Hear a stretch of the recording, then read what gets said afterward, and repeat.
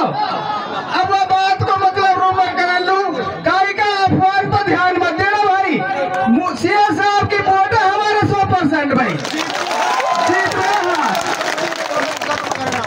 जीतेगा भाई, जीतेगा, जीतेगा भाई, जीतेगा। हमारा नेता कैसा हो? देखो थोड़ी देर में नमाज का वक्त हो जाएगा। सबसे पहले मैं हमारे जो है मौलवी ताहिर साहब से कहूंगा गांव बस्ती की तरफ से 2 शब्द पहले ये कहें, उसके तुरंत बाद मैं और सबसे माफी चाहूंगा, किसी को वक्त नहीं मिलेगा, जो नमाज का टाइम हो जाएगा। फिर मैं आपसे मुख्य अतिथि को बुलवाऊंगा सीधा। पहले मौलवी ताहिर साहब से मैं आग्रह करूंगा वो 2 शब्द के बस। भाई 2 शब्द हमारे यही है कि हमने मुख्तियार जितानो है और पूरा गांव में जोर लगा के जितानो है। गांव में सुधा वोट लेनी है, बाहर से लेके आएंगे। मुख्तियार भाई जिंदाबाद, जय हिंद। इंशाअल्लाह। अस्सलाम वालेकुम। शॉर्ट में कह रहा हूँ भाई साहब, मेरा सलाम जो है मुख्तियार भाई को वोट दे दो भाई, कम से कम ऐसे छोड़ो तो कहते हैं। एमएलए साहब सुनियो हमारी बात, और मैडम साहब ने लुकड़ा के भी हाथ लगा दियो ना, 11,000 वोल्टेज आवे।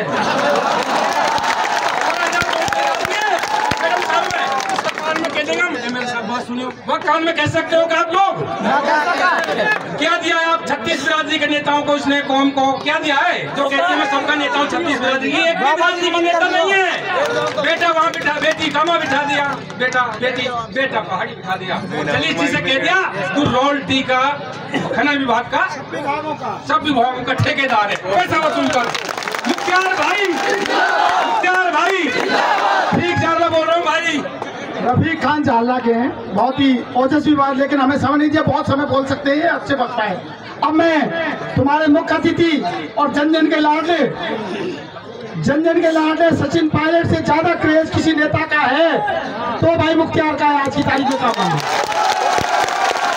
मैं उनको आमंत्रित करता हूँ आए भाई मुख्तियार अहमद, और देखो इधर से थोड़ा सा आप हटे प्लीज, बैठ जाइए भाई, देखो हाथ जोड़ के अभी सब लोग बैठ जाओ। भाई मुख्तियार अहमद, मुख्तियार अहमद,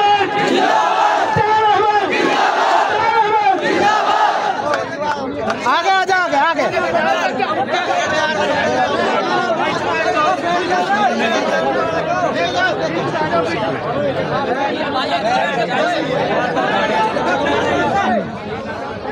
साथियों, सबसे पहले मैं इलाके की बिरादरी, सम्मानित बिरादरी, मेरे बड़े लोगों को, बुजुर्गों को मैं चाहता हूं इनका तालियों की गड़गड़ाहट के साथ एक बार सम्मान आप कर देंगे। हमारे नौजवान साथियों की तरफ से जोश में कई बार गुस्ताखी हो जाती है, तो मैं मेरे बड़ों से उसके लिए माफी चाहता हूं। इनका जोश, इनका जज्बा कई बार गुस्ताखी की हदें पार कर जाता है, तो मैं इनकी तरफ से आप सबसे माफी मांगता हूं। सही बात यह है, सालों साल से जो छटपटाहट थी, जो अंदर ही अंदर घुटन थी, ये उससे आजादी के लिए एक तरह से उबाल मार रहा है इनका जोश। ये चाहते हैं कि हम ऐसा नेतृत्व चाहते हैं जहां हमारी बात सुनी जाए, जहां हमारी आवाज बुलंद की जाए। इसलिए सालों साल की घुटन से आजादी के लिए शायद इन नौजवानों का जो जज्बा है, जोश है, जुनून है, ये इनको इस पर आमादा कर रहा है। आज इनको कुछ दिखाई नहीं देता, सिर्फ एक बात दिखाई देती है कि तमाम तानाशाह, तमाम वो लोग जो हमको दबाए रखा, जिन्होंने इस तरह की तानाशाही की, जिन्होंने इस तरह का जुल्म किया, उनके खिलाफ पूरी ताकत से लोग खड़ा होना चाहते हैं और उनको दिखाना चाहते हैं कि हम वो ताकत है जो तुम्हारे सामने झुकेंगे नहीं किसी भी हाल में, किसी भी सूरत में। मैं चंद पंक्तियों में आपसे कहना चाहता हूं जो मैं कहना चाहता हूं कि मेरी हिम्मत को सराहो, मेरी हिम्मत को सराहो, मेरे हमराह चलो। मैंने एक शमा जलाई है अंधेरों के खिलाफ, मैंने एक शमा जलाई है अंधेरों के खिलाफ। साथियों, जिस अंधेरा, जिस घुटन से हम सब जी रहे थे, हम नौजवानों ने हिम्मत की आज उसका नतीजा यह है कि इलाके का हर नौजवान, इलाके का बच्चा बच्चा, हर बूढ़ा, हर जवान ये कहने लगा है कि नहीं, हम हमारे अधिकार, हम जो हमारा हक बनता है वो हक हम लेकर रहेंगे। और सियासत के उन तानाशाहों को, उनका घमंड आप लोगों ने चूर चूर कर दिया है। ये आपकी ताकत है नौजवानों।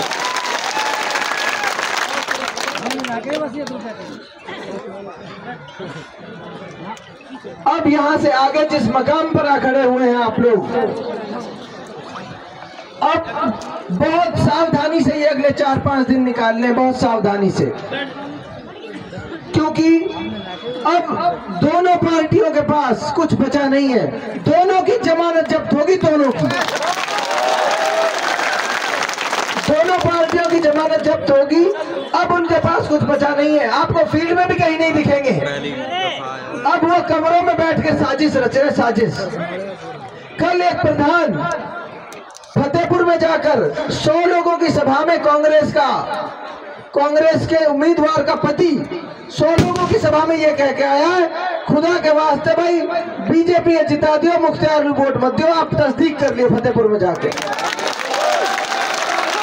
उन जालिमों को बताना चाहते हैं, उन जालिमों को। कल तक तो ये कहते थे कि बीजेपी जीत जाएगी, आज खुद कह रहे बीजेपी को जिता दो। आप लोगों से कहना चाहता हूँ, पूरे इलाके के लोगों से हाथ जोड़ के कहना चाहता हूँ, जो साथी ये कह रहे हैं कि हम 90% में एक तरफा है, हाथ जोड़ के कह रहा हूँ 10% लोगों से भी हाथ जोड़ के इनकी साजिशों को समझो।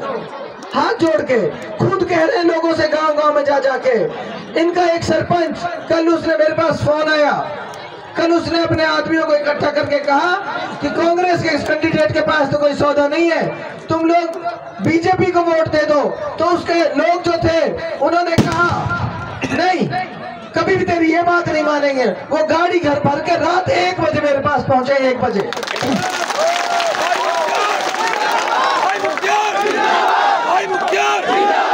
1 बजे वो लोग मेरे पास पहुंचे, उन्होंने कहा हमारा सरपंच ये कह रहा है बीजेपी को वोट दे दो। हमने उससे कह दिया तेरे कहने से वोट नहीं देंगे, सरपंच की वोट अगर तुझे चाहिए तो हमारे साथ आ जा, नहीं तो तेरा ढंग लगा देंगे। ये जनता का चुनाव है, जनता का। आपने पहले कभी, मैंने अपनी उम्र में कभी नहीं देखा ऐसा चुनाव। शायद आप बुजुर्ग हैं मेरे, शायद आपने भी अपने जीवन में कभी ऐसा चुनाव नहीं देखा हो। जनता चुनाव लड़ रही है, जनता, हर आदमी चुनाव लड़ रहा है, बच्चा बच्चा इलाके का। अपने पैसे से, अपनी भूख प्यास, सुबह से आते हैं, रात को 12-12 बजे तक नौजवान दौड़ते हैं सड़कों पर। इनकी दौड़ भाग ने, इनकी चलत फिरत ने ये हाल कर दिया है तानाशाहों का कि जिनके पास पिछले 35 साल में नहीं गए। नौमान सरपंच के पैर जा पकड़े कल परसों, और कई सरपंच है जिनके पैर जा, जिनके पास 30 साल से नहीं गए उनके पैर जा पकड़े। ये ताकत है आप नौजवानों की।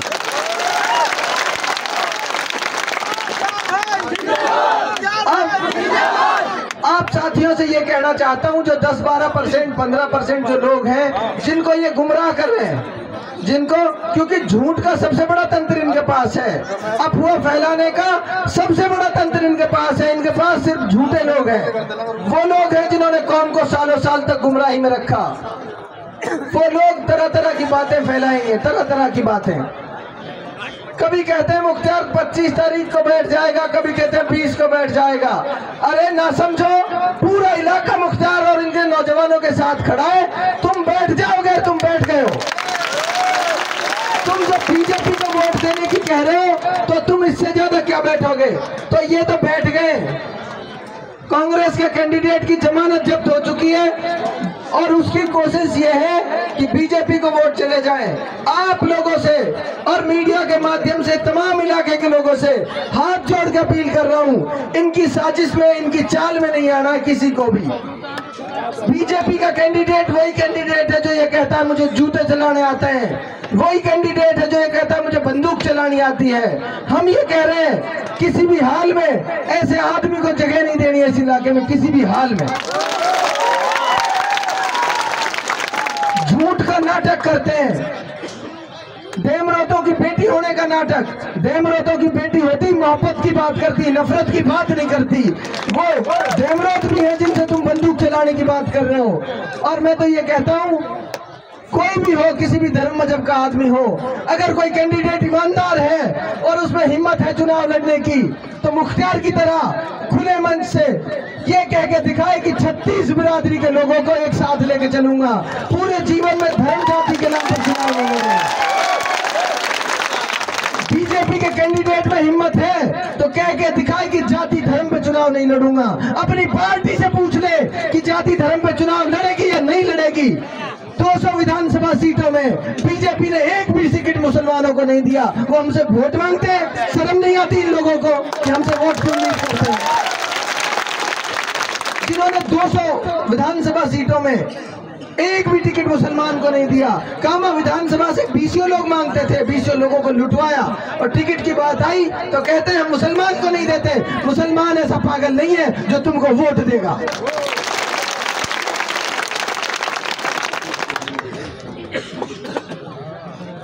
हाँ ये सही है, मुझे याद है वो बाबा, ऐसा नहीं है, भूला नहीं हूँ। ये वही गांव है बाबा जान नुकट टूटनी है तो ले जा।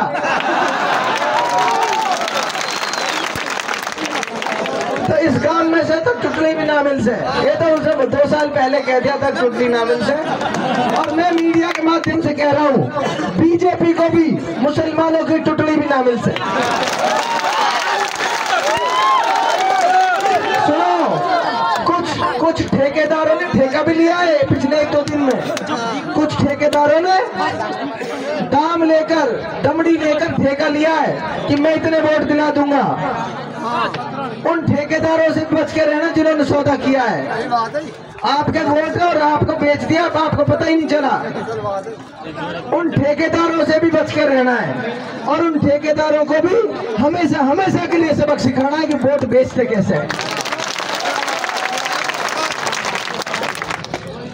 आप लोगों की मैं साथियों से, जैसे मैंने पहले भी कहा, जिस दिन मैंने चुनाव की घोषणा की थी उस दिन मैंने सबसे पहली बात जो कही वो ये कही थी कि पूरे जीवन में किसी से धर्म जाति के नाम पर ना तो भेदभाव करेंगे, न जाति धर्म के नाम पर वोट मांगेंगे।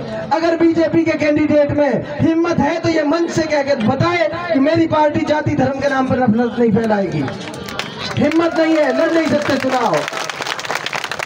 हमारा इलाका जिस तरह का इलाका है, इसको ऐसे व्यक्ति की जरूरत है जो तमाम जाति धर्म मजहब के लोगों को एक साथ लेकर चल सकता हो, एक आंख से सबको देख सकता हो, सबके साथ इंसाफ कर सकता हो। ऐसे आदमी की जरूरत है। अब नमाज का भी समय हो रहा है और आप बहुत देर से सुन रहे हैं। बहुत सारी बातें मुझे करनी है आपसे, लेकिन अब मैं सिर्फ इतना कहूँगा आपसे। 25 तारीख में, आज 18 हो गई, 23 तारीख को चुनाव प्रचार बंद हो जाएगा। 19 हो गए आज। एक तो 23 तारीख को चुनाव प्रचार बंद हो जाएगा, तो 4 दिन हमारे पास इसमें बचे हैं। इन 4 दिनों में हर आदमी, सोशल मीडिया के माध्यम से जो मुझे सुन रहा है वो भी, जो यहाँ मौजूद है वो भी, सारे के सारे लोग इन 4 दिन दे दो बस हमें, 4 दिन। और 25 तारीख को बड़ी तादाद में वोट करके 4 दिन जब सामने साथी निकल जाएंगे घरों से, मोटरसाइकिल लेके, ट्रैक्टर लेके, पूरे इलाके में ये मैसेज चला जाए कि पूरा का पूरा इलाका, सभी धर्म जाति मजहब के लोग मुख्तियार के साथ खड़े हैं। इससे एक मैसेज जाएगा। हाँ, दूसरी बात ये, कैथोड़ा में कल पूरे इलाके की, कैथोड़ा इलाके की बड़ी जनसभा है। 1 लाख लोग इकट्ठे हो रहे हैं, 1 लाख लोग कैथोड़ा में। और जिन सरपंचों के बारे में इन्होंने भ्रम फैलाया था कि वो सरपंच तो बीजेपी के साथ चले गए, 30 सरपंच एक साथ आपके साथ आ रहे हैं। 30 सरपंच कल की रैली में 30 सरपंच आपके साथ आ रहे हैं। निश्चिंत रहे, सारे के सारे लोग किसी के बहकावे में ना आए, किसी की झांसे चाल में ना आए और निकल जाए अगले 4 दिन 5 दिन के लिए चुनाव तक। सब साथी हाथ खड़ा करके बता दें कौन कौन साथी, दोनों हाथ ऊपर तक, दोनों हाथ।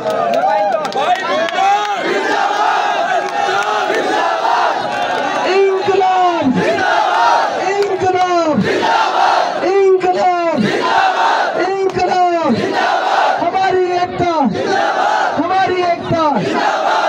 बहुत बहुत शुक्रिया साथियों। कल ज्यादा से ज्यादा तादाद में कल कैथोड़ा पहुंचे, कैथोड़ा पहुंचकर इस आंदोलन को गति देने का काम करें। बहुत बहुत शुक्रिया।